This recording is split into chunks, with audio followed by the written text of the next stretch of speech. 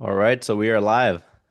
Hey everyone, it's Ali Alburigo, and I'm here with my podcast partner Gus Lopez, and we have a very special guest. One who's actually been on our podcast before, and he's also done a sister podcast, my other one that I do with Dwayne Brummett. His name is Stephen Oliver. I probably don't have to introduce him to anybody because he's been in the industry forever. He's one of the top coaches in the industry. He helps school owners succeed, and he's an all-around amazing guy. I've become friends with him over the years, and just really great to know each other. And I appreciate you coming on our podcast. So welcome to our podcast today. Well, thanks for having me. We always plan these things way far in advance, so it's good that we can connect. Yeah, exactly. Yeah, you and I have been talking about doing some business together for many years. We still haven't gotten around to it. Yeah, yeah. We will. I, Um, I I seem to have like 20 deals in the pan like that I 6 months later go, oh yeah, what Oh, about that's right. Yeah, yeah. exactly. So anyway, let's jump right in. I do have a few questions that I know some of my friends have been asking and people that I coach and so on. So being that there are two very important things in having and growing a successful martial arts school, or could you give us two very important things? Can you give us your thoughts on number one, retention? Let's talk about retention. And I know people say it's good classes, good communication, but give us your insight on actual retention because it's not as easy as it sounds. No, no. Well, and honestly, if you're looking at the top line numbers of a school, it's really just marketing, retention, and price point, right? Right. You can boil it down to that. You can make each one of those much more complicated and 20 different versions of each of those. But if you get enough new students in, you keep them long enough, and you charge them enough, you've got a formula for the top line number, not necessarily for net profit. Right. But I've looked at retention, and this goes back, God, I don't know, 40 some years with my own organization. But to give you a thought, I remember, I was in the EFC board of directors for years, and there were always the schools. I'll put myself in that category, but people like Steve LaValle, Ernie Reyes, were two of them. Later on down the line, Tim and Dave Kovar, but people who, like, we're kind of like famous for, they've got an exciting floor and they've got exciting classes and their curriculum is great and one thing or another. But I'm a numbers guy, I mean, uh, degree in economics, MBA, and I was always, looking at the numbers, and it dawned on me as I was looking at the numbers, the guys who were like well known and famous for, everybody wants to take their instructors and see how exciting their classes are, and I'm doing cool stuff, or Steve was doing cool stuff, weren't the ones with the best retention. Right. And in fact, sometimes they were, at the worst end of the scale. Hmm. So what the mythology was is it was all about charismatic classes and high energy, and people have fun, and they leave on a high, and I forget Steve's old aphorism, but they're, sweaty, smiling, and sore, or something like that. Yeah. Yeah. You know, Sweating, smiling, striving for more, or something yeah, like that. which turned out to be completely unrelated to student retention. Hmm. What was directly related to student retention, and by the way, in that era with that group of people, it was Buzz Durkin, head Right. and shoulders above anybody. Hmm. But then there was Will Mayer, and then there was Keith Hafner. Yeah. Will Mayer And was a ninjutsu guy, right? Ninjutsu guy, he had the Yeah. weirdest curriculum I've ever seen, to tell you the truth. But underneath the numbers, which nobody else was looking at, because they're all looking at top line gross and one thing or another, and those guys were grossing pretty well.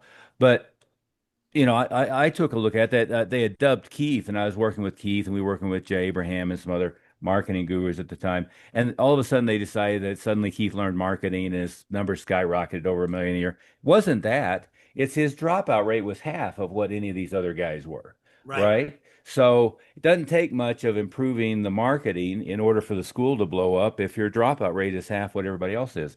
And what it turns out is the key is its relationship and rapport is number one. So, the guys who have a lot of super high end athletes, and MMA schools are kind of famous for this now. They have the Right. high end competitor athletes who are Yeah, they usually don't have mirrors nowadays, but my version of it was I don't want an instructor looking at himself in the mirror. I want him, focused on the students. I Right. want an instructor who's more concerned about them being good than, proving that they're good. But it's relationship, right? So, and you can create some simple rules of thumb for training staff.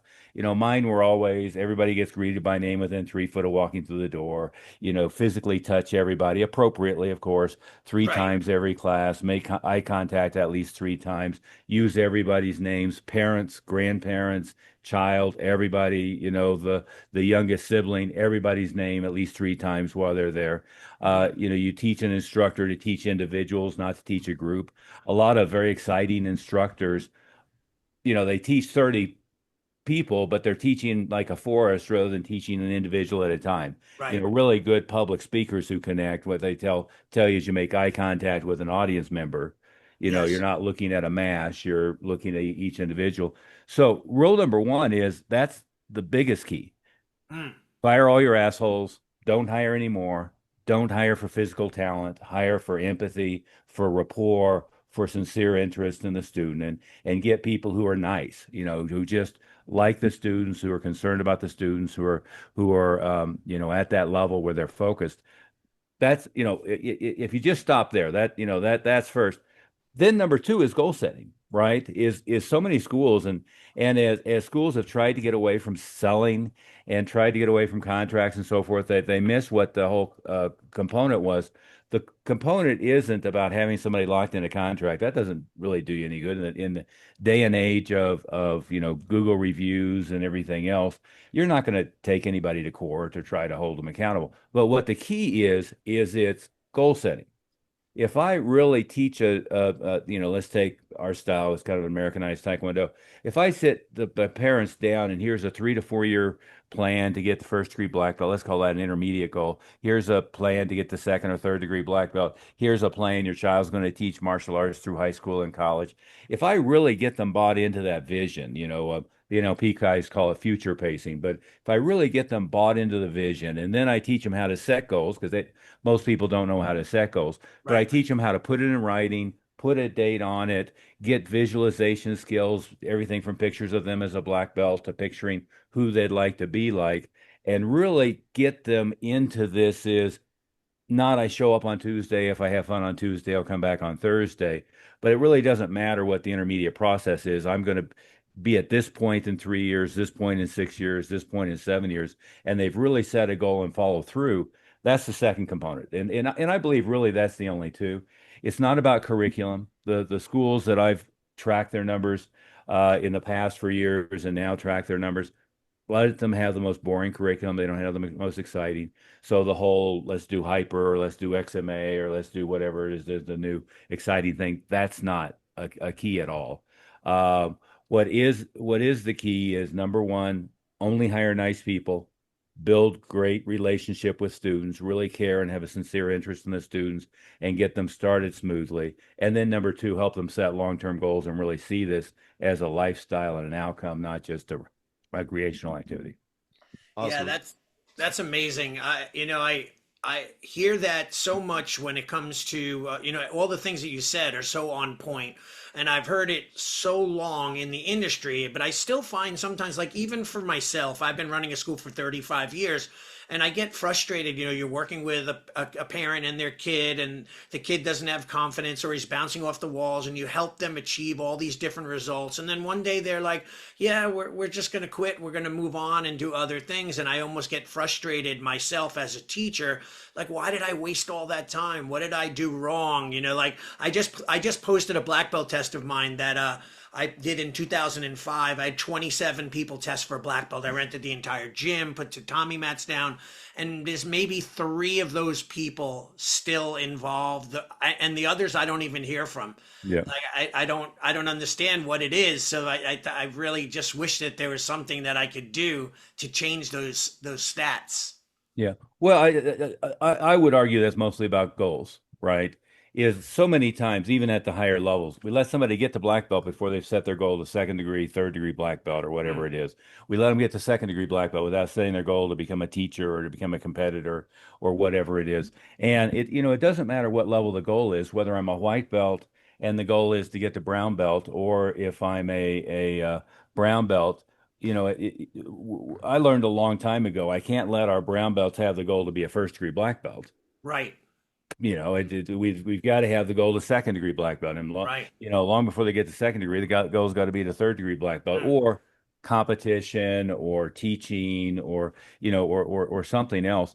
That's Junior Institute, years ago, that was the biggest problem, is we were producing hundreds. And I mean, we had easily 3,500 active students, some of the best competitors in the world, producing hundreds of black belts, but on average, they lasted about 60 days, and then they were gone after they got their black belt. Really? And Mm. it was, Jeff Smith's Mm. idea to create a second degree program and start charging people more for second degree than they were paying for first degree. June Ree's reaction to that was, they don't come now. How can we charge them for doing something they won't do for free? And Jeff's take on it was, which was the right one, if we create the program and we have the curriculum and we have classes for them, and we'll force ourselves to do that, if we're charging them for it, then they'll if they're paying, they'll appreciate it and they'll come. And it certainly is true. The idea of all of a sudden you're a black belt, so your responsibility is to come and help teach, but we don't really charge you. All that backfires, Right. right? It's always Right. got to be, I mean, if I go to college and I go from doing a high school, college, master's, doctorate, well, the cost per credit hour keeps going up, right? It's not like it's cheaper for me to get an MBA than it was to get a associate's degree. Right. So we want to keep having the new program. We want to have it at an escalated price point, but we also want to have a complete curriculum, class schedule, everything else that goes with it. Hmm. Love that. That's incredible. So another question I have on staying on the topic of retention, what would you say the average attrition rate is in a good school and a bad school, and what are the bad schools doing wrong compared to what the good schools are doing right? You told us a little bit about what they're doing right. So what Yeah. do you think about that? Well, Jeff Smith and I are just finishing up a book on teaching, actually. We're going to put the last section together today. And that was, part of what we included in there is kind of a rating scale. Our conclusion, we've been just kind of saying this informally for a while, but an A instructor has 2% or fewer dropping out per month. So if I had a 300 active student school, which is kind of our prime target, 300 active students, I would be losing 3 to 6 people a month. So I'd only Okay. need to replace 3 to 6 to stay even. So the 1 to 2%. Buzz, the time I calculated his dropout rate, he was like at 0.7%. So he was Wow. less than 1% a month dropout rate. Um, the Then 2 to 4%, let's say that's a B. 4 to 6% is a C, C minus, and over 6% is a failing grade. And what's the average in the industry? I always think it's a bad question for this reason. The average is horrible, right? I Right. mean, you know as well as I do.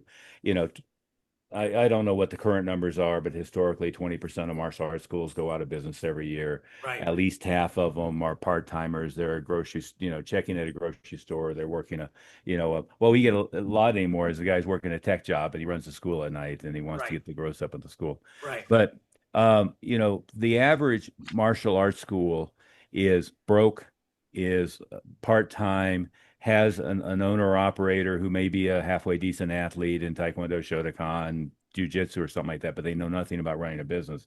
So, what's the average? Bill Clark and I have, kind of bantered back and forth about this for years. He told me for years that the ATA average was around 7-8%. Hmm. And I think the average MMA school is probably more like 10-12% a month. Wow. And what they end up with is kind of a fitness center model where a lot of the guys have, they look around for a model and they pick a fitness center rather than a school model. And the first time they know somebody's not coming in is when their EFT doesn't clear, Right. right?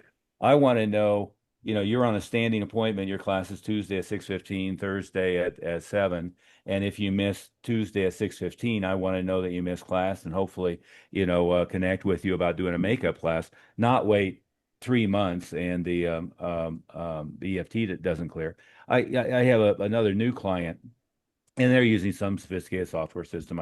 I forget what they're using, and it's very, very impeccably set up so that if somebody's been gone for 2 weeks, it sends them an email. Right. Mhm.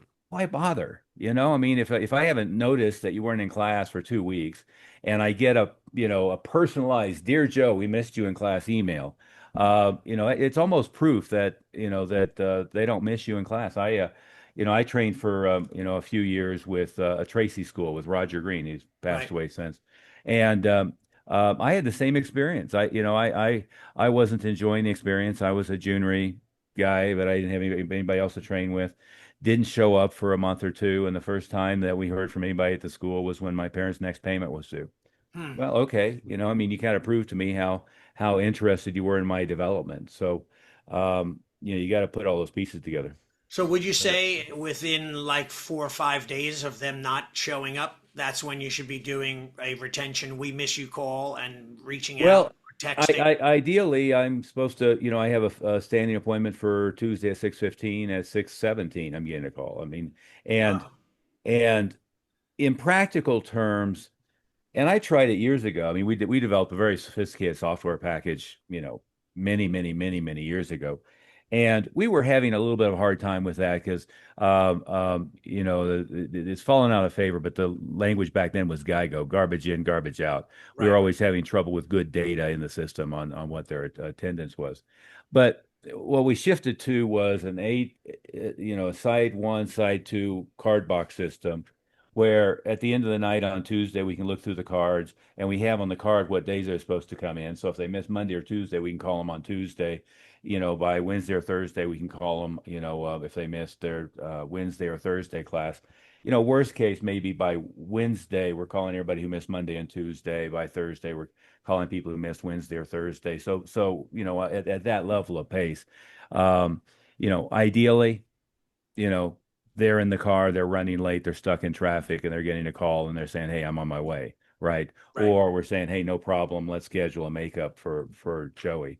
And I think the key there is, and I don't mean an automated system. Right. I don't mean they get an email. I don't mean they get a text. And we use automated system for appointment reminders, right? So Hmm. you have an appointment, you'll get a text reminder, you'll get an email reminder. But Right. what I mean is a human being's reaching out, right? Yeah. Communicating with somebody. 20 years ago, I wrote that first book on internet marketing in 1999. Back then, it was cool. I get a personalized email. People, it's all mail merged, but people think it was, really to them. You know, Blue Mountain, I think was their name. There was a card company here in Colorado that Right. sold for Right. like, hundreds of millions of dollars. And you'd get a birthday card and it's a singing chicken or something like that. Well, that was really cool for like a little window of time. Hmm. But now my bank sends me a happy birthday note. I don't, I don't feel warm and fuzzy, and I don't open Right. it up. Right. You know that it's there wasn't a human being behind it. Yeah, Yeah. that's interesting. When I first started with Spark, we're talking 6 or 7 years ago, I started texting everyone and I would get a response immediately. Now I send out texts, like important texts, like, "Hey, by the way, I have your kid on the next black belt test. All I need to know is if you would be able to meet me on Wednesday." I have one parent, I sent them 5 texts already. They have not responded to one of my texts. Finally, I'm like, "How about we don't test your son?" And right away, he texts me back. But at first, I guess he just thought it wasn't something that needed to be responded to. Yeah. So I guess they're so used to getting texts, they're done with it. Yeah, people have Well, so much of that awareness, like the what is it, ad blindness yeah, nowadays, Yeah. where yeah, they're bombarded by all these things now. So yeah. Yeah. How do you break through the white noise, so to speak? Well, yeah, I was talking about that a couple of days ago. I used to buy a lot of TV time, and Right. we were always trying. The rule back then was seven. Right. You want them to see it in the same show at least 7 times before it's going to impact them. And I was saying I think the number nowadays is 287 or something like that. I Oh, mean yeah. it's just it's you've got people are getting hit from all angles, right? Right. And in the communication thing. it used to be I pick up the phone and call you, I put something in the mail, and if I really Right. wanted you to see it, I FedEx it to you. And then there was this, innovation of fax, and everybody saw their faxes right away. Right. And even faxes, and I was as big offender as anybody, started getting spam. So they stopped paying attention. Yeah, I think the first thing is, and this is a kind of a technical thing, but when you're communicating with people, they're almost always going to be a mobile. You're communicating with their iPhone or their Right. Android, not with a landline. So you've got to get your contact information into their phone. So Hmm. we always, in any communication, the first thing we're doing is here's our contact information. I have here's, I don't know what brand this is, but here's one little card. You can do business cards that you tap Right. them in near Mhm. field communication, wristbands, things. But even if we're at a booth at a fair, we're going to say, hey, here, tap your phone here, add the contacts. Now, if you need to call us, you've got the information, you've got the information to map down the addresses in there. If we call you, you'll have it information, and that helps. Right. If you get your contact information in an iPhone, you're going to more or less whitelist Right. the email. You're going to more or less whitelist the text messages. My phone is set up is it doesn't ring if it's an unknown number. I don't see the text message if it's an unknown number. And like you said with text messages, I was, in the election, all the presidential elections, I try to be on everybody's list. Yeah. I give them all just enough money to get them to mail me as much stuff as they can mail, because they Yeah. hire some of the best copywriters. But Yeah. the frickin' Democrats, I got to tell you, I got like 5 text messages yesterday. Now every time I get a text message from them, I'm texting back stop, and then I'm reporting as junk, and Yeah. Yeah. uh, everything else. So it's certainly true that, and I don't think we're at that point yet. We're still at like a 97% or 94% open rate for text messages, Right. but pretty quickly, people aren't going to be any more receptive to that than to email. Hmm. It's like you Facebook Messenger me from time to time. Yeah. On our business pages, I get so much spam, I don't even look at Yeah. any of Now it. I know that I Mhm. have to personally text your cell. Yeah, yeah, yeah. Tom Callis one time went on a big rant, said, "You're harder to get hold of than the Pope." It's like, well, you got hold of me, so Yeah. I must not be, Yeah. must not be Exactly. that hard. For for sure. So on the topic of I think that was great on retention. Now on the topic of enrollments, can you tell me a little bit, I'm actually interested in this as well. Like what does your enrollment process look like in terms of like do you close them on the first class, second class, and do you treat like let's just say Facebook leads differently within the sales process than like let's just say a referral lead, like a warm lead? Like how do you structure that and balance that between ads and your organic traffic? Well, it's a good question. Of course, there's like 6 questions buried in there, right? So Mhm. let's start with the differential on the leads. Yeah. What I teach and preach all the time is Parthenon. That's kind of why I put the facade of Wall Street back there on the wall. Is don't rely on just any one source, right? Right. And Facebook's been a great source for us. It's working great. It continues to work great. But what I see is when people, fall on their face, is they're relying on just online leads or they're relying on just, one thing, right? One thing is death. It's the old SEAL team model. Two is one, one is none, whatever. I think of you got to have 20 different things going on at any one time. And in every era, there are some things that stir the pot a little bit, but are a little bit flakier, and there's things that are really solid. So, give you an old example. I used to run a lot of infomercials. Infomercials are hard nowadays because, I, I don't even have broadcast TV coming into my house, Yeah. right? If it's not on Paramount Plus or Apple or Netflix or Amazon, I probably don't see it. So in fact, I was trying to watch live news the other day, and I pulled it up on YouTube streaming. Yeah. Um, and I'm not my son. I mean, I'm at the other end of the spectrum on this stuff, you would think. But if what I always knew is if the kid came in for a birthday party because his next door neighbor was a student, and now I send him 22 postcards over 9 months or 12 months, and then he comes back into a test and sees the kid, and then I send him a letter and a postcard, and now mom calls us. Well, that's a laydown, right? There's, Hmm. no salesmanship is necessary. Heck, I could have an ATM machine on the wall, or just send them to the website and they would enroll.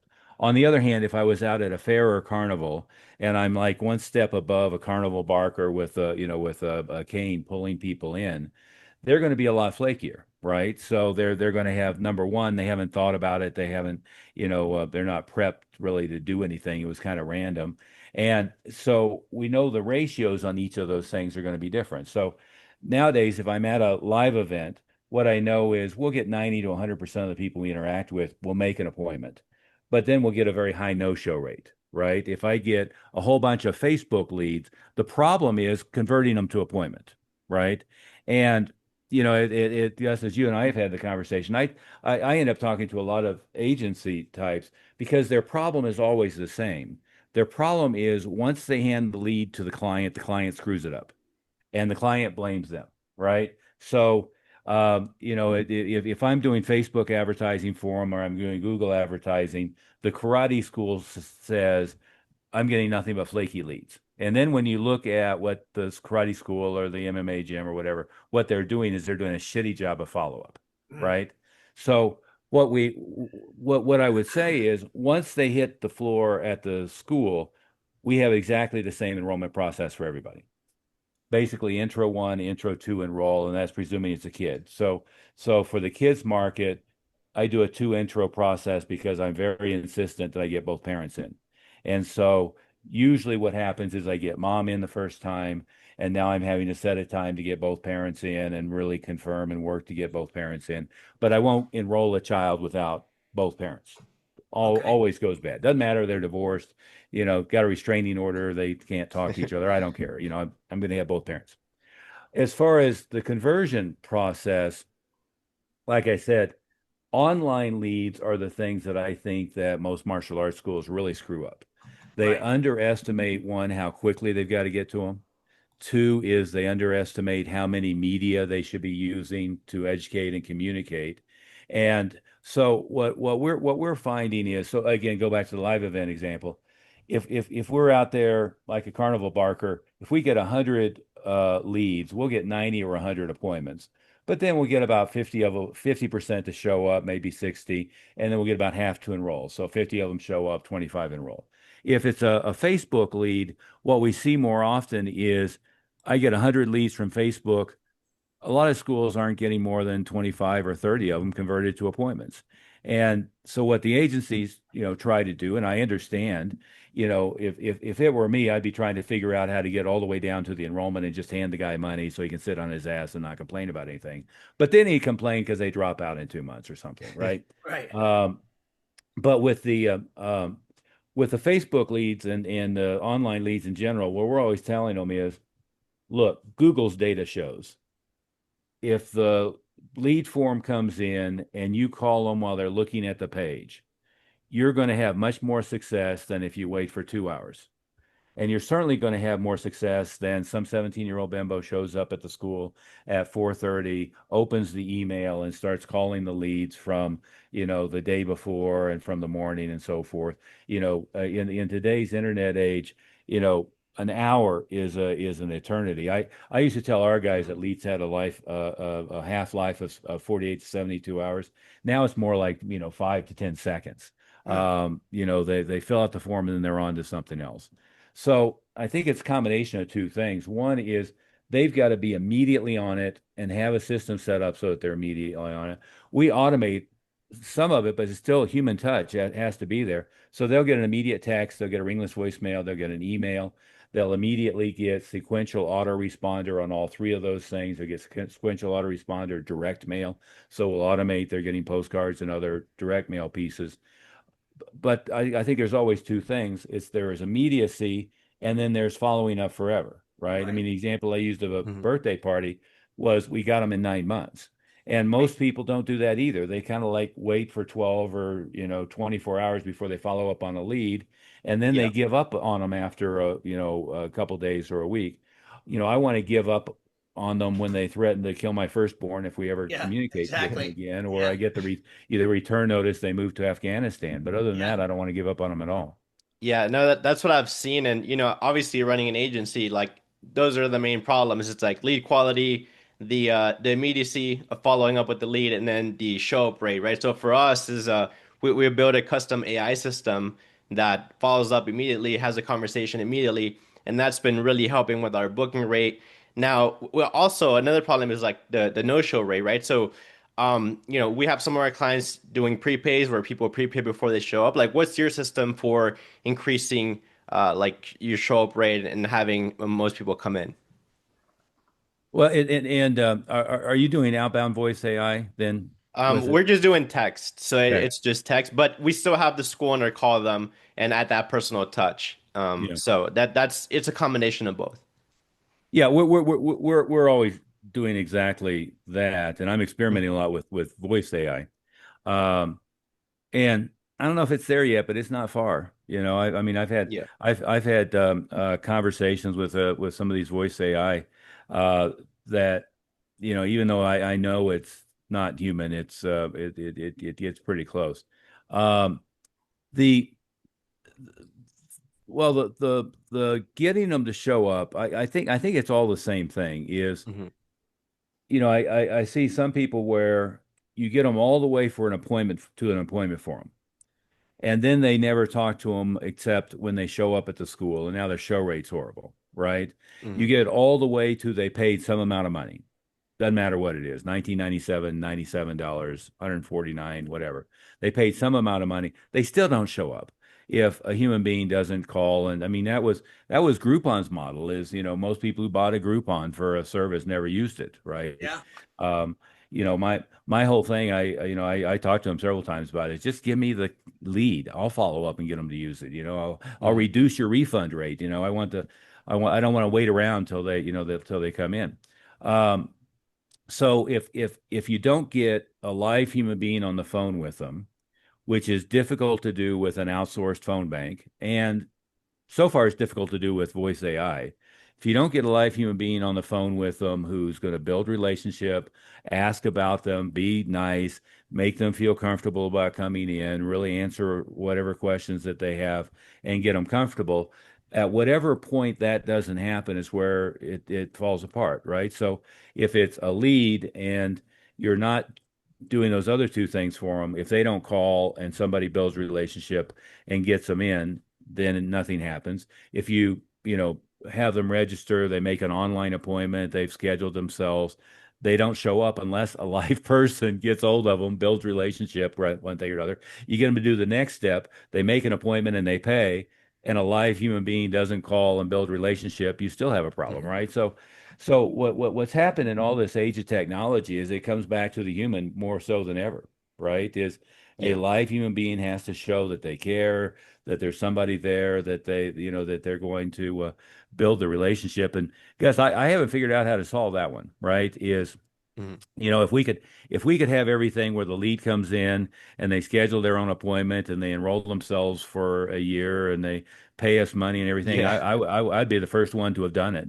But we haven't gotten to that point without human to human relationship build and getting them to be comfortable with coming in. Yeah, no, I think it's definitely going to be a combination of the AI and the human touch. I think that's what's, working now. Eventually, I'm sure AI will get smart enough to do the phone calls and all that, but for now, I think that's kind of the system that's been working for us. So Yeah. that's great.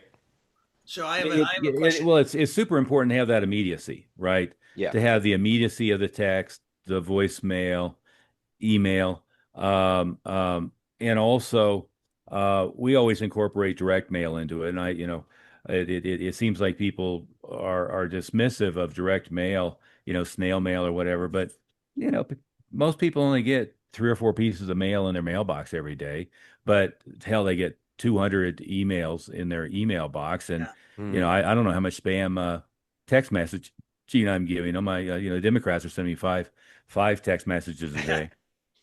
That's amazing. So I have a question for you. As far as demographics, and I know this is a common question that do you find like certain areas are just, of course, New York is a big market, Florida is a big market, California, right, where there are so many schools. Do you find that that affects the price? and what people could charge? Because I know you charge a high level of, you charge a higher price point.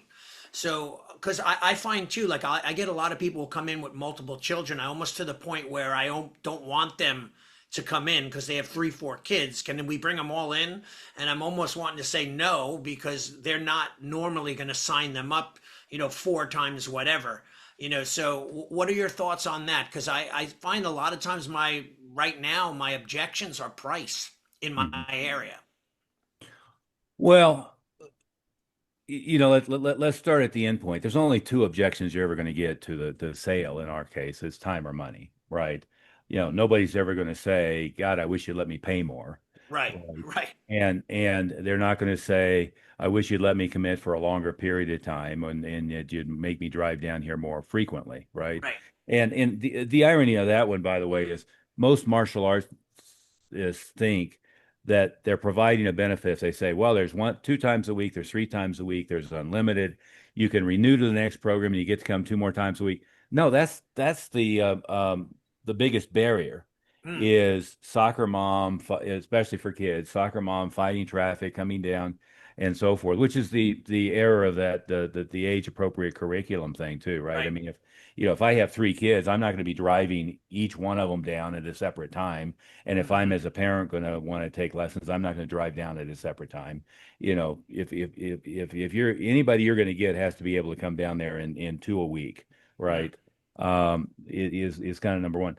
The other thing you had buried in there was the family tuition thing. And I always give credit where it's due, at least as long as I remember where I stole an idea. And this was Bill Clark talked me into this, so I want to make sure I give him credit. But he talked me into the family tuition pricing. We used to do, I've done every iteration of it's 10% off, it's 20% off for the second, right. third person, it's 25, 50%. But what he was doing at the time, and it took me a while to convince myself, is it's either a individual tuition or it's a family tuition. So the family tuition is basically double the individual tuition, and that's everybody in the household, right? Mm, And I like that because and by the way, I ran a spreadsheet on it. I was worried about how much money we were going to lose, all this stuff. And of course, what I found is most of the people we had were families, were two people. Some of them were three or four. And the problem we were having either with enrollment or renewal was what you just said, is I've got now five people. And once I hit them with the tuition, it becomes something that, even sounds ridiculous for me to say, right? right. So it got rid of my problem of pushing the leadership tuition higher, pushing the black belt tuition higher, pushing the initial tuition higher. So that was one of the questions is, dealing with the families. I pref Especially if I get mom and dad enrolled, I much prefer families to individuals. Retention is going to be better. The renewal rate's going to be better. Graduation rate to black belt's better. So if I've got mom and the two kids, or I've got dad and the two kids, or I've got mom and dad and the two kids, that's a much more solid enrollment than just the 7 year old. But again, that family tuition takes away the sting. The the other question that was buried in there is now about competition, Right. right? Demographics and competition, right? Yeah, yeah. And it's certainly true that there are broke areas, there are rich areas, that are middle class areas, and there are different groups of people that are easier or harder to deal with. You know, Being in Denver for most of my career here running schools, my favorite demographic here was, you know, first, second, third generation Hispanic immigrant families. Oftentimes parents were, only spoke Spanish or were, a little bit of broken English, and the kids were fluent in English. That was like my best demographic. And they tended to have lower middle income or lower, income levels, but they were very, very, very engaged in having their kids have a better life than they were if the parents had immigrated, they came to the land of opportunity, they want their kids to have opportunity and so forth. It was Right. it was a great market. And Yeah. you can go through the the immigrant population. It's the same reason why Indian, Asian families do better than the white population. Is there's a psychology of having my kids do better than I did, and focusing on education and focusing on so forth. So it's a Right. really, really good market from Yeah. that standpoint. The psychographics of that market. As far as the difference in those areas, my argument is on the competition thing is if I do the marketing right, I get almost nobody ever comparing us with anybody else. Right. And we have the argument internally. The number I use is 5%. I think I overestimate, but maybe 5% of anybody we ever enrolled ever even knew what anybody else did or cared. Is the a term I stole from Dan Kennedy, the Parthenon terminology I stole from Jay Abraham, the one I stole from um, uh, Dan Kennedy is marketing in a vacuum, right? If I'm marketing on Facebook, I'm not marketing to somebody who sat down and, in the old days, opened the yellow pages and now they Googled a set of keywords to find a local karate school. I'm getting to somebody before they had the thought in their mind or while the thought is just kind of gestating, before they went out and took action, right? So 40 years ago, I always had the biggest ad in the yellow pages, but I hated the yellow pages and I loved the newspaper Right. because I was getting to them in the newspaper before they had the idea, and nobody was shopping. Once they go into the yellow pages, they were going down the line and calling everybody. Right. Still, my take was whoever gets them first got them, right? So as long as we answered the phone and handled them well, we were in good shape. But the long story short, Ali, is I don't think it has any impact on your pricing if you do the marketing right. Mhm. There could be, and I always had that. We there last time I looked, there were like 380 martial arts schools in the Denver metro area, and not right now, but back in the day, I had 50-60% market share of the market. Were in my schools. Is if we're getting to them in the elementary school, we're getting to them on Facebook, we're getting to them in a magazine, in a newspaper, or on TV, every place but waiting for the yellow pages or waiting for them to Google it. Then I've got, as long as I handle them well, they never pay attention or care what anybody else is doing. Right. So when you say do the marketing right, do you mean just being everywhere, like being omnipresent within your area? Well, yes, and yes, you should be. But I guess what I was meaning is most of them is coming from marketing in a vacuum rather than waiting for them to go look for a martial arts school, Got it, got right? it. Okay. But I mean, to be fair, again, not to diss our industry, but most martial arts schools aren't very well run. Most of them are part-time. Most of the owners don't have a very good selling and onboarding system. And heck, there's a lot of assholes, right?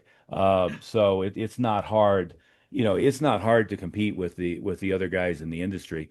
I said it far and wide at the time, but my biggest problem in the Denver metropolitan area is when I got here, everybody was running everything so badly that if they had experience with another martial arts school, it was a bad experience, not a good Right. experience. Right. Heck, if somebody had worked with an elementary or a high school, they had done stupid stuff, and it had made them conclude we should never have another martial arts guy back. Right. Right. Well, that's a great answer. So, what would you say? And Gus, I know we're running out of time too, so I'll ask Yeah. this quickly. Like, I know you have many schools that are like 300K a year and up, right? You have some schools that are like I was talking to Master Clark 2 weekends ago, and I'm going to have him on one of our podcasts. And I talked about you. I said you've been on many times before, and he says, yeah, but he's way too smart for the industry. Most martial arts schools don't understand him. He's too smart. Like I said, I agree. He's a genius when it comes to business and all the other stuff. But Master Clark was like, wow, he's got it down, that kind of thing. So I applaud you on all of that.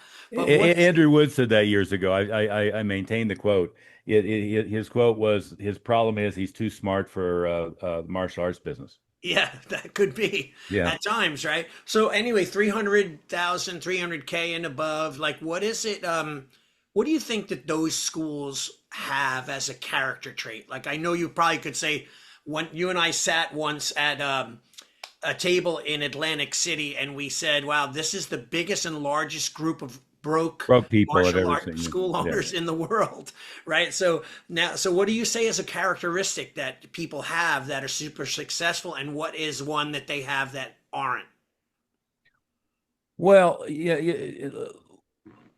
let me hone it in a little bit. The I haven't run the numbers recently, but let's say the top third of our clients are in the $1 million to $2 million range, um, as far as gross revenue. And top of my head, we have several of those that are on track to net 1 million a year after expenses, Nice. this year. Um, and the business formula again is pretty straightforward. Is 300 more or less students at 300 or more average revenue per student. My target is to get them to 500 average revenue per student. So if it's 300 students at 300 average revenue per student, that's a $90,000 a month school. It's a $90,000 a month school that can be run with two full-time people, 25% payroll. Most of the schools will have a rent of $6,000 to $10,000 a month. So at $100,000 a month, their rent's maybe 10% of the gross. So it's manageable. Some of them are like 5,000. So now their rent is like 3% of their gross. So that's the formula, right? 300 students, let's say 400 a month average revenue per student, $120,000 a month. Dropout rate below 2% a month. Most of them, frankly, aren't there yet. So a lot of them are at 3 or 4% dropout rate. So if you're 300 at 4%, you need 12 new students a month to replace that. So that's what that formula is, right? Um, the what differentiates them from the guys who are struggling. There's a lot of schools that have big top line numbers but don't have net profit. Right. And Many, so many. what yeah, and what perpetrates the industry, and I've been kind of brutal about calling it the bozo explosion of consultants. But you hear these guys talking about $1 million a year schools, but then when you look at it, they have a 20,000 square foot warehouse in South Carolina, and they teach mom and me classes, and they teach Zumba, and they teach 22 other things, and they have 1,000 people coming in at an average revenue of $79. There used to be a guy in San Antonio, Texas, a Ramen. Krav school that took over a big service merchandise. And it was the same thing. The average revenue per person coming through the door was like $79 Mm, or something like that. Half the conversation was about setting the tuition low enough that nobody ever canceled the billing. It was the fitness center model. right. But our guys who are doing really well are real martial artists who, kids or adults, we probably have more that are focused on kids and families than our adults. They're very focused on relationship and quality martial arts and quality relationship with the students. They're very focused on retention, and they've grown the balls to just kind of do what I've told them to do. I'm trying to get all of them to at least $397 a month on a trial enrollment, and at least up to $697 to more on a renewal. So they've kind of just grown the balls to raise their tuition. Every time they've raised their tuition, their closing rates improved rather than decline like everybody's afraid of what's happening. Their student quality improved and their retention improved. So now, again, I mean, the picture is I get 12, 15 new students a month in on an average month. I lose 7 or 8 students a month. I end up with 300 students. I'm teaching whatever curriculum I'm teaching, Brazilian Jiu-Jitsu, Muay Thai, Taekwondo, whatever it might be, Shotokan. But I'm doing it with a rotating curriculum, making everything as simple as possible, never losing track of any student through the process. So I'm right on top of that. And then stepping back a sec, they know their marketing metrics. So they know how many leads do we get from Facebook, how many leads do we get from Google, how many leads do we get from this live event, what was our conversion rate to appointment, what was our conversion rate to intro, what was our conversion rate to enrollment, what was our conversion rate to renewal. So they know their numbers, and they are focused on their retention numbers. So they know what's my 1 week inactive, 2 week inactive, 3 week inactive, what's our total active. what's our monthly dropout rate. So they're on top of their stats, they're on top of service. They're teaching quality martial arts, so they're not watering anything down. And then they're doing enough marketing to get the school to that point to begin with. And some of the ones I'm working with are wanting to get to. They've got plenty of facility. They're wanting to get to 700, 800 students, and some of them are happy with 300 students, and we're working on getting to 500 average revenue per month. But at that number, I've got a $1.8 million a year school with at least a million net on the deal, with a small number of very highly compensated employees, with a manageable number of students that I know everybody's name. Nobody gets lost in the shuffle. I go all about it. You may remember Tom Peters from, the 80s, was a Right. big management guru. He had a rule of thumb that a plant should never be more than about 300 people, because then it got out of control and you could know everybody's name. Well, I think that's a pretty good rule of thumb, is you want to keep the school either structured in such a way or keep the numbers in such a way that you know everybody and nobody gets lost and it doesn't turn into a crowd. Right. That's awesome. Love it. That's incredible. I mean, that's like gold right there for people who are listening. They have to maybe listen a few times Yeah, for sure. and write it down, because Mm. you just rattled off like literally the DNA, the Yeah, genetic Yeah. structure of a martial arts school, yeah. So Well, right? and well, most people unfortunately, most people are lazy. And hey, I could share one thing I just happen to have on my desk, if you don't mind. Yeah. Uh, yeah, go ahead. you'll have to give me co-host, or it says Can send you do that, Yeah, Gus? request. yeah, I got you. I got you. Go ahead. Yeah, here's one thing that we use for this guys we're working with. Not very complicated here, but marketing Parthenon. And if you're a small school, and I'm defining that as under 100 students and under 10,000 a month in revenue, you got to work your ass off to get it rolling. And Right. and I'm not speaking out of my ass. I mean, hell, when I came here when I was 23 years old, I ended up with about 3,500 students by the time I was 25. But the first thousand were going door to door and doing flyers door to door and doing grassroots marketing, because they didn't have much budget to work with.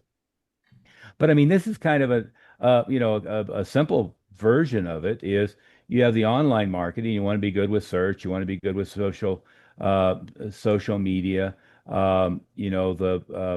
This is a little dated, but the shorts and reels and so forth is Hmm. it really gets a lot of traffic nowadays. The live video thing, kind of came and went. But you want to make sure you're out at all the big live events in your area.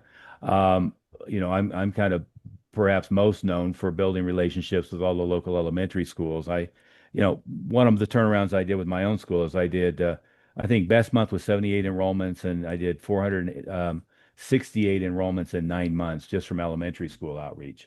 Wow. And those were normal, 12-month enrollments, normal, initial tuition, everything else. But there's a variety of things you can do with school programs, PE teach for the day, after school program, charitable fundraisers, and so forth.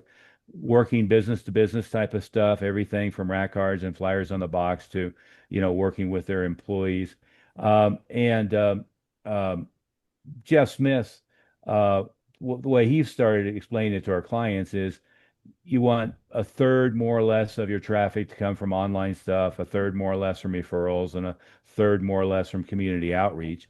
And that maybe oversimplifies it, but I think it's important. I mean, Gus, we want as many leads and quality leads as we can get from Facebook as humanly possible. And we still want to be out beating the bushes, and we still want to be doing referrals and everything else. And what I find is, especially if you don't have much of a budget. I got to a point where I was spending a fortune on short form TV. I mean, we had 30-second spots on Oprah in the afternoon and on 5 o'clock news, ABC, CBS, NBC. We were in the, TV guide in the newspaper and all that kind of stuff. I got to a point I could spend a fortune. I mean, heck, in, the 80s in today's dollars, we were doing 5 million a year. But most schools aren't at that point right now. And in order, you're either going to spend money or you're going to spend labor, but you're not going to sit on your ass in your school, Yeah. hoping that the people are going to pour through the doors. And if I have 32 students, I'm not going to get flooded with referrals. I consider referral systems work really well once I have critical mass. I'm at 100, 200 students. But I've got to be out there at the carnivals, the fairs, the block parties, the Yeah. farmers markets. I've got to do all that kind of stuff. When it gets to the next level, I want to be out at the movie theaters and that type of thing. I want to do a really good job with all the online marketing. And again, Gus, as you know, the problem isn't in most cases what you fed them. The problem is they do a crappy job once you feed it to them. It doesn't matter when you hand it off to them. If they're not on that like it's gold, they miss the point. Yeah, Yeah. no, I love it. Where can people find you? Oh, I'm all over the place. We're gonna do a free webinar on Thursday on back to school marketing, kind of like we Mhm. did with the Karate Kid stuff. So you could go to martialartswealth.com/back to school and register for that. They get a free copy of my last book, the Six Simple Steps to Fill Your School, and I put together a pretty comprehensive report on back to school marketing. So they can go there or they can go to Fill Your School and they'll get all the same stuff either way. That's the easy one. Gus, one thing I might leave you with, I know you're Mhm. out of time, but I think a lot of your clients they underestimate the value of the lead. They overestimate the cost and they underestimate the value. So, if you start at the point of enrollment, our top guys, and this is back to your question, is they know that an enrollment's going to be worth eight or $9,000 to them, right? And if I did sloppy conversion ratios, an intro, if I only enroll half of them, that means an intro's worth $4,500. And if I did a sloppy job from appointment to intro, that means an appointment is worth $2,500. And if I only got an appointment for half the leads, that means that the lead is worth $1,200. So if they paid you and Facebook and one thing or another $100 to generate a lead, they already have a 10 to 1 return if they do just a halfway decent job all the way through, right? And very few martial artists ever look at it from that standpoint. They go, "Oh my God, I just spent $1,000 and I only got three enrollments."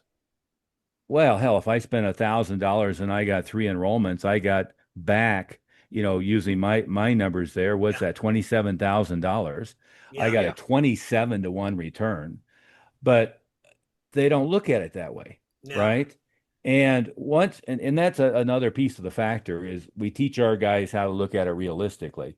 So again, it's what's an enrollment worth? What's the lifetime value in enrollment? Then what's an intro worth? Just using your own ratios. What's an appointment worth? Therefore, what's a lead worth? And then it creates a little bit more appreciation for what they're being handed because Yeah. again, if you're handing them a $50 lead, they should be jumping up and partying and popping champagne, not bitching because they're doing a bad job converting them. Yeah, we've talked about that numerous times, right, Gus? We've discussed where even if it was $100 a month and you signed up, you got 10 leads and you only signed up five, that makes Mhm. you 500 a month. And for 12 months, you're looking at a $7,000 return on investment, but you have return on investment in perpetuity for the 12 months, right? And so you're in essence paying your marketing.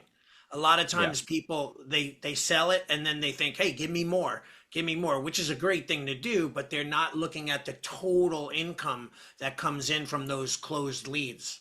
Yeah, Well, realistically, I mean, if they let's just say they jump on with us, they sign 10 students, 15 students within the first 30, 60 days. I mean, that pays for their marketing for the entire year for the most part. And then anything we add on top of that is going to be profit. But, I like that. And that's something that I'm doing as well is explaining that better because I think most school owners, they're either too afraid or they think they don't have the money and then they just don't do anything. Like a Right. lot of the people that I've been talking to, it's just like, they see 30, 50 other agencies and they're kind of stuck in analysis paralysis like what do I do, who can I trust, and then they end up not doing anything, which is ultimately a decision as well, and then that brings their business down as well. So it's you have that section of the school owners that are kind of stuck almost in that yeah. sense. Can Well, I ask?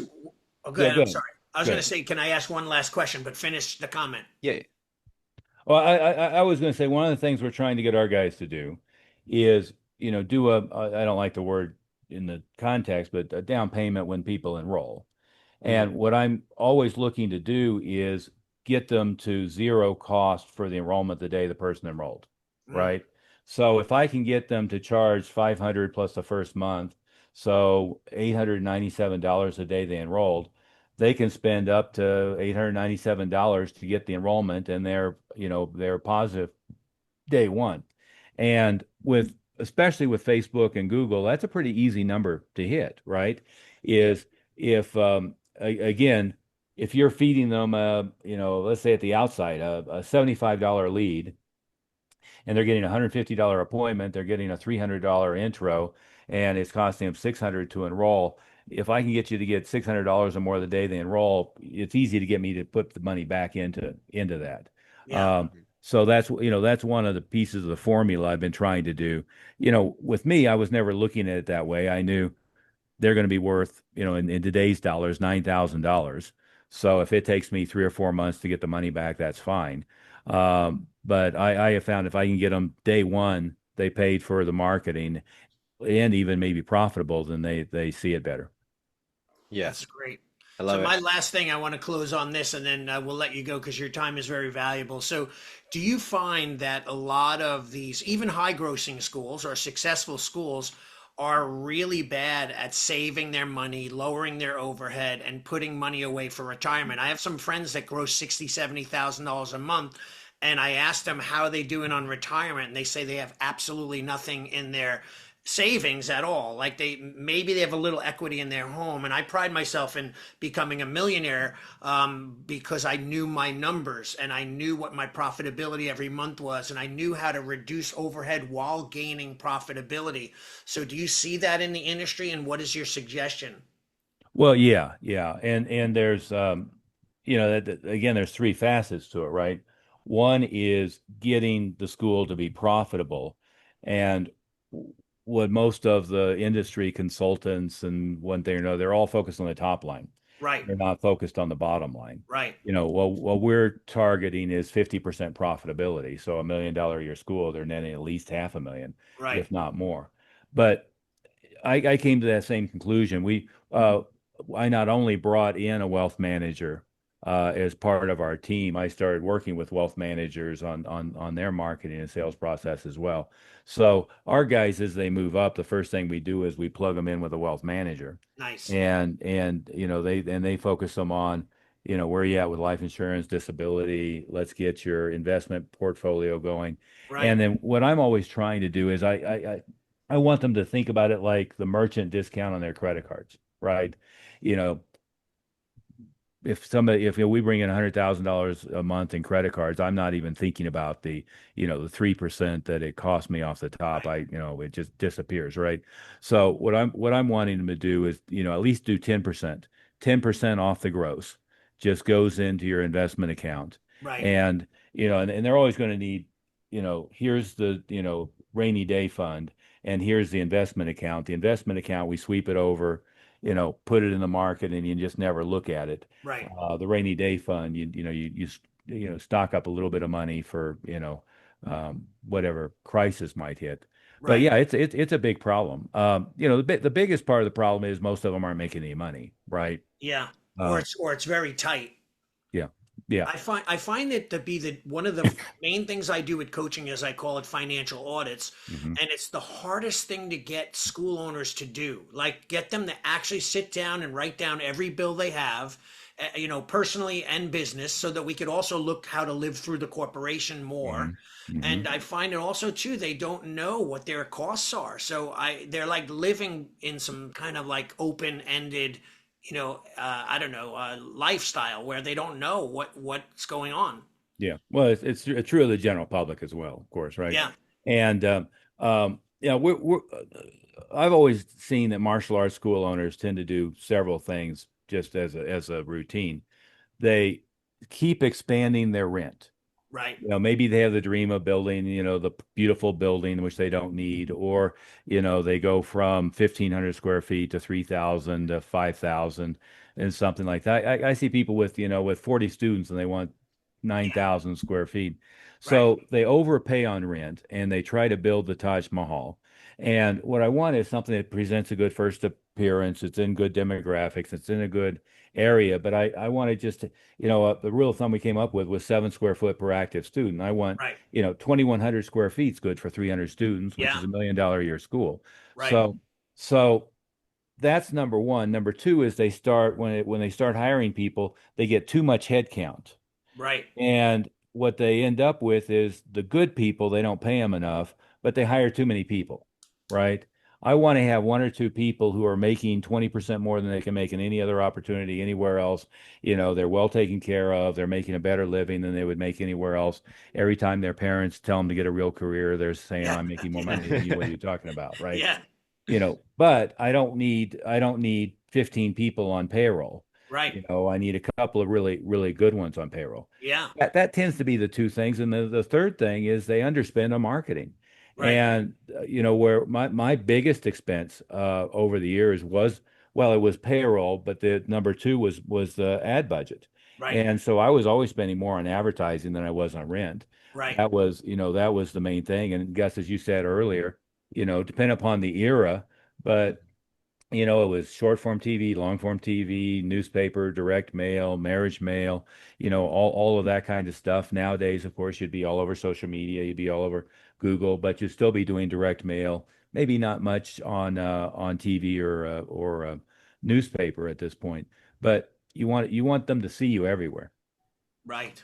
I love No, it. awesome. Well, Yeah, I thank think you. this was great. Thank you Thank you, for. Sensei. Always incredible. And I'll let Bill Clark know once I finally get him tied down that, you gave us one of the best seminars ever. And, well, at least I understood most of it. So, I don't think it was too academic or too no, it too. was great. It Yeah. really is the basics. The basics is sometimes though it's hard for a lot of school owners. They're martial artists, they're fighters. They're not, business owners, and that's the sad reality. They could get into the business, but they don't know how to run the business. So Yeah. they should take that time to really learn, study, listen, read, take courses, be in every seminar they possibly can to improve themselves and their organization. And you do that for so many people. So thank you so much. Well, and I spent millions of dollars on myself. I mean, that was, whether it was the MBA or, my rule of thumb I came up with it when I was 23 is I was spending $100,000 a year on education. Right. And some years it was more, some years it was less, hence, working with all the gurus in the industry. But of Yeah. course, you know, once you become the guru, you kind of run out Yeah. of, Yeah. Yeah. internal. Um, um, but everybody from, people like Jay Abraham and Dan Kennedy to Tony Robbins and everything else. Yeah. The two things maybe to leave it with, Ali, is you've got to get off your ass and go get momentum going on your school, Right. right? Is you're not, it doesn't work to go from 35 to 37 to 42. You've got to get off your butt and go add 100 students to your school, right? And that's, that 6 week program I do, that's always been the premise of here's everything you need to add 100 students, right? Yes. And when I did turnarounds and startups for my own organization, that was always the target is 100 students in the first month or 100 students in 90 days on a turnaround. But you got to get off your ass and go add 100 students. But number two, you're never going to get rich by being the cheapest guy in the area Yeah. because people aren't shopping anyway, right? Hmm. And the third is you got to really focus on your students and get out of your own head of you're the best, this and that, and you got all these trophies. Nobody cares. Right. When I was in Washington, I had lived with Jeff Smith for a while, and he had this big house out in Maryland, and he had just a basement full of trophies, as you can Hmm. imagine. Everything from the Bruce Lee trophy that Linda Lee gave him to the World Championship, Right. kickboxing and all this shit. It was just sitting down there falling apart, collecting dust. So I got in my head that I took them all and put them in the window of the school that I was running, Right. and it got us exactly zero new Zero. students, but one guy Right. thought it was a trophy shop, right?